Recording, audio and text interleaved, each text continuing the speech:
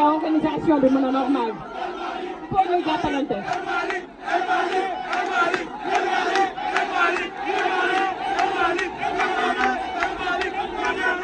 asalaamaaleykum mbokk yi ziar naa leen bu baax a baax di leen indil nuyu suñu président Ousmane Sonko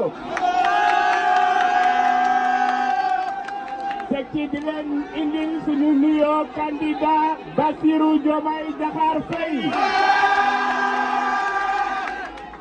mbokk yi ku gis ni dina xam ne ñun pare nañu pour dem élection ndax askan wi mooy tànn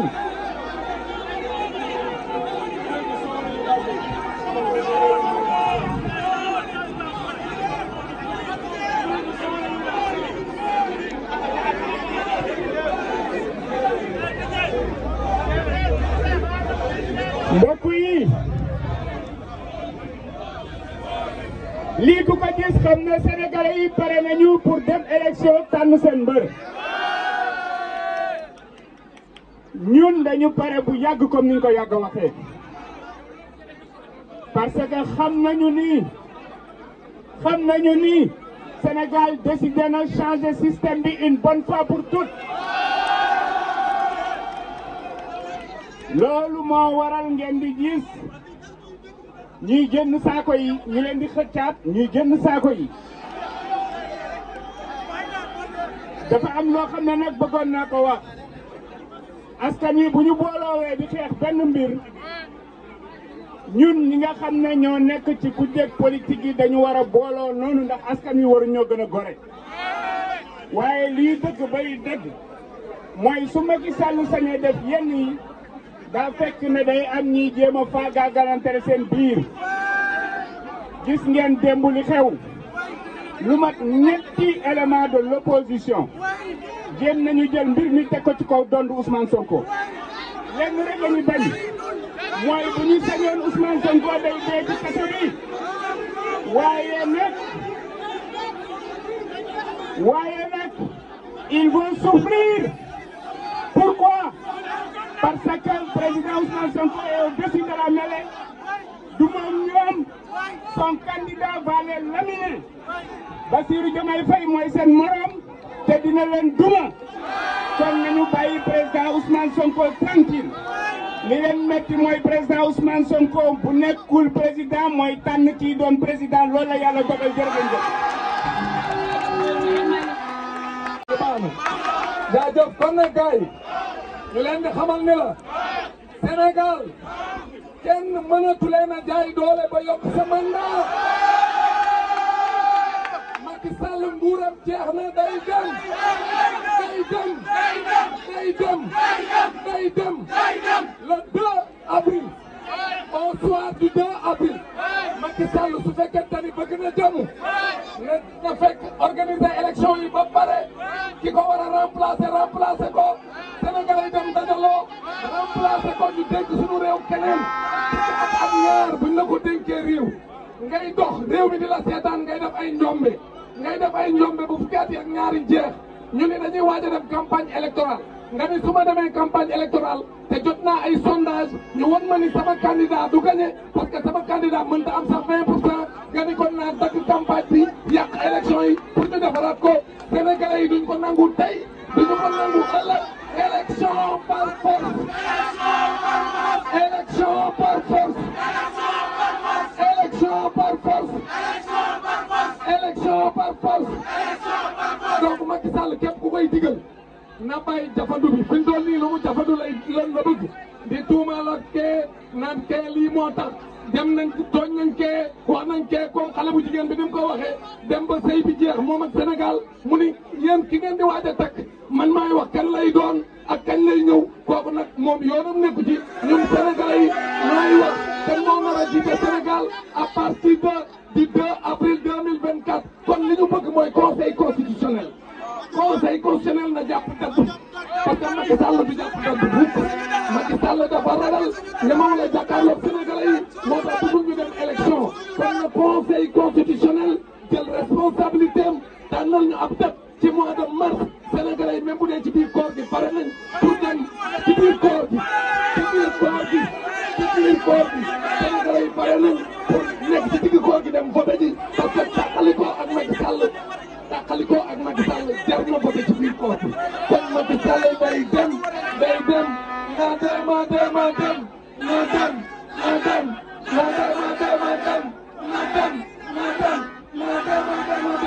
merci beaucoup merci.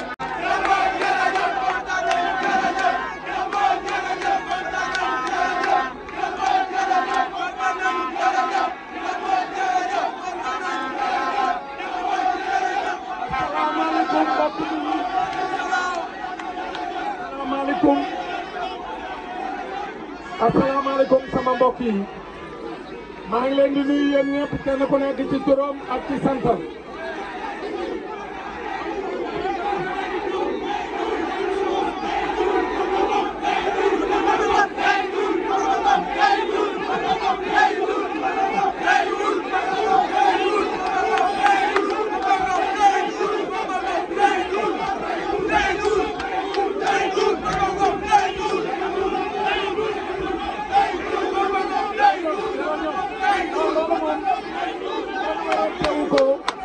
ndaxte ku xam Dame Mbodj ba moo nekkee tout tànk ba léegi xam ma ci xeex pour sama réew xeex pour Sénégal xeex pour dëkk kon nag nguur gii ñu am man nguuru président Macky Sall dañoo xam ni seen nguur jeex na dañuy dem te Sénégal bi daal nañ ci ñoom ñu xam ne dañuy dem mënatuñ ci dara il faut ñu dem xam nañ ne dañuy dem te mu gënoon tere mu dem mbooloo mi maa ngi leen di nuyu ci seen tur ak ci seen sant di leen jaajëfal ci teewaay bi su ma wax nag du gudd parce que Macky Sall ba mu génnee keroog nee nañu doyal na sëkk mais ñoo ko gën a doyal ñun ñoo ko gën a doyal parce que tey waxtu bii ñuy wax waroon na fekk ñu tabb njiitum réew mu bees mais tey bu Sénégal nekkee ci impasse bi nga xam ne bu ñu moytu danañu yóbbu ci vide juridique moom coobareem moo ñu fay yóbbu mais na seen xel dal Sénégal du mos a tumuranke njiit bu tegee lenge yi ci suuf ci opposition bi am na ñi nga xam ne am nañ mën-mën am nañ xarañteef danañ jël lenge yi dinañ defaraat réew mi refonder la démocratie nekk ci kaso bi danañ leen génnee danañ tëgg élection yu bees yi nga xam ne ñëpp danañ bokk Sénégal continuer di woy ci jàmm ci démocratie ak ci état de droit su may jeexalee moom mooy xëy na neenu day voté benn loi amnistie laaj buy samp moom mooy ku ci nekk ci ñun mos nga dem école yoroon nga kaye am gomme est-ce que mos na am nit bi nga xam ne ubbi na kayeem di effacer li nga xam ne bindaguñu ko li fi am ci njombe amul enquête amul jugement amul condamnation amul casier judiciaire laaj buy samp moom mooy kan la bëgg amnistie ngir bi foog ñu ci ko bu jeex boppam la bëgg amnistie loolu du fi amee non à l'amnistie vérité et justice pour les victimes et les familles des victimes en bas le complot contre l'état de droit et la démocratie et vive le Sénégal.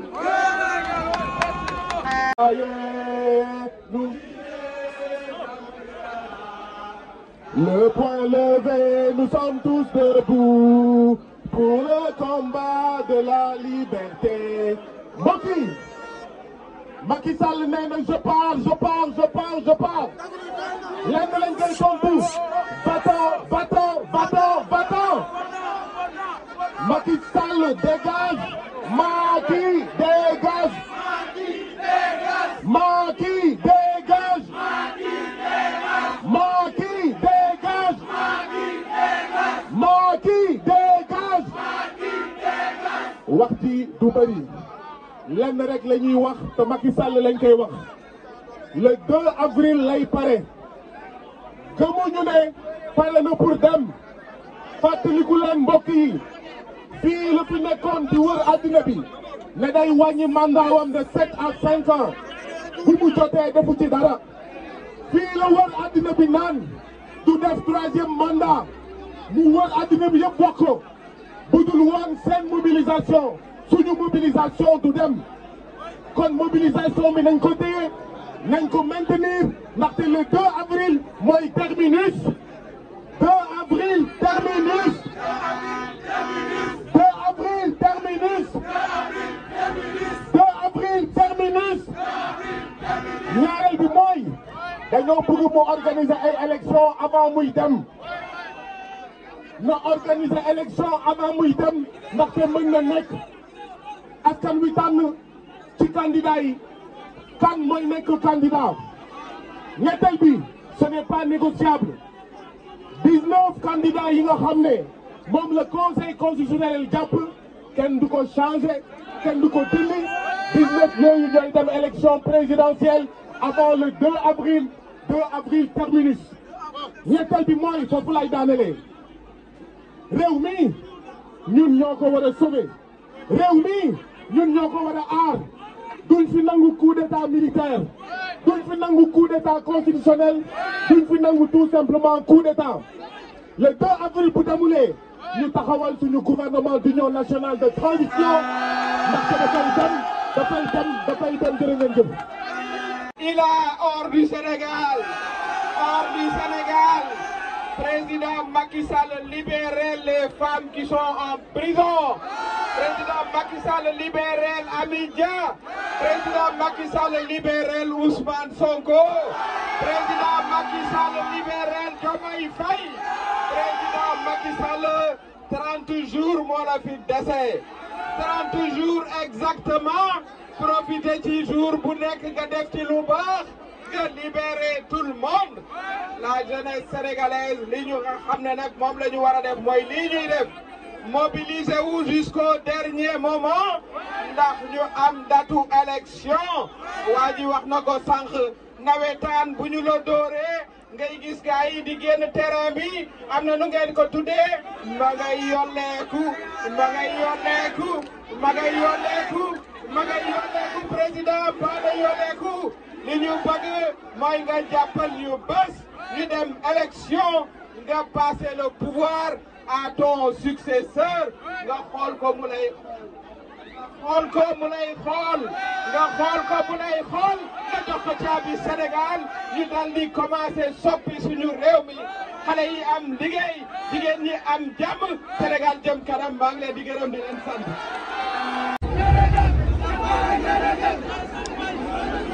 asalaamaaleykum ñoo ngi nuyu peuple Sénégal yëpp mais di njëkkee ci leader politique yi nga xam ne teew nañ fi particulièrement candidats yi muy les 16 candidats yi nga xam ne ñooy candidats yi jëm ci élection yi nu jëm di nuyu tamit leader politique yi fi teew ku mel ne ñoom soxna Mimi Touré nga xam ne bokkuñu ci élection yi mais tànn nañ seen candidat pour respecter li démocratie wax di wax ne président Macky Sall dafa war a respecter Sénégal li ma gis nag mooy place bii xajatuñu fi samedi bii di ñëw dinañ woote place de l'Obélisque ñu fay woon ak 1 million de jeunes ñu teew foofu parce que nag Macky Sall li muy def dafa yomb de place de l'Indépendance lañ nekkoon 2012 mu dàqee ñu fa ñu ñëw place de l'Obélisque seetlu ngeen ne léegi nag moom da ngay dem Parcelles wala Grand Yoff mu doog laa nangul nga mars mais boo duggee biir ville place de l'Obélisque sax léegi teg na ci loxo mars bii di ñëw nag samedi place de l'Obélisque lay doon su ko autorisé ak bu ko autorisé wut yëpp foofu lañ koy defee wala xoolal su ko autorisé wut man maa leen woo place de l'Indépendance ñu organiser ko mobilisation 1 million de jeunes loolu maa leen ci woo samedi bii di ñëw place de l'Obélisque lañ koy defee su nangoo na maye autorisation bi ku ko nanguwul ñu ñokkali dem place de l'Indépendance parce que nag réew mii ñun ñooy majorité bi tey li fi teew nii Macky Sall mënu koo am keroog samedi jeudi bii jàll conférence de presse bi ñu doon def moo gën a xumb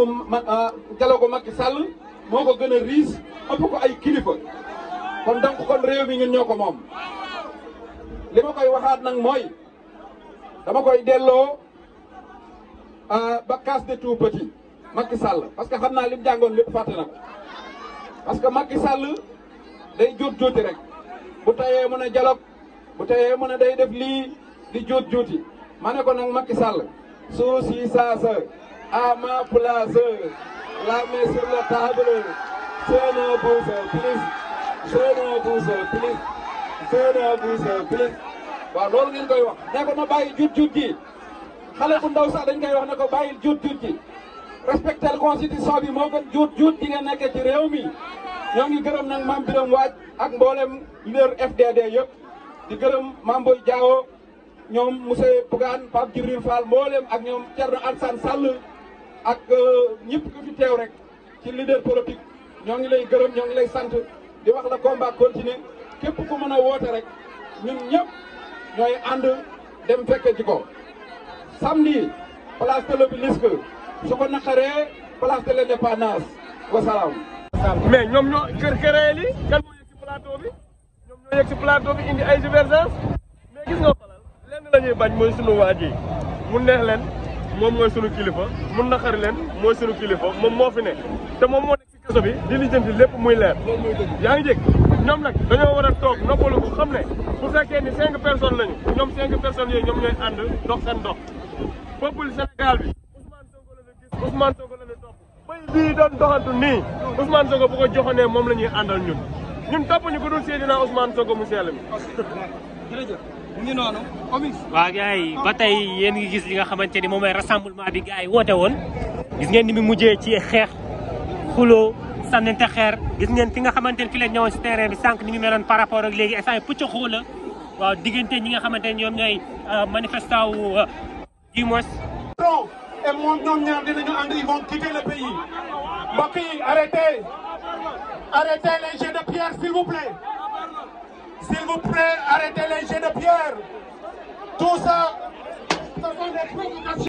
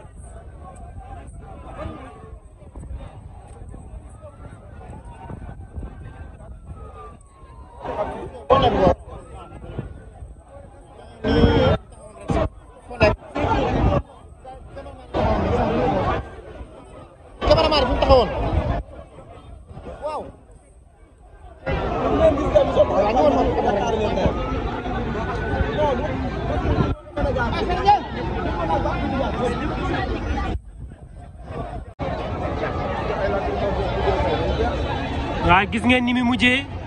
diggante waa kër Khalifa yi ak ñi nga xamante ñoom ñooy waa kër Sonko yi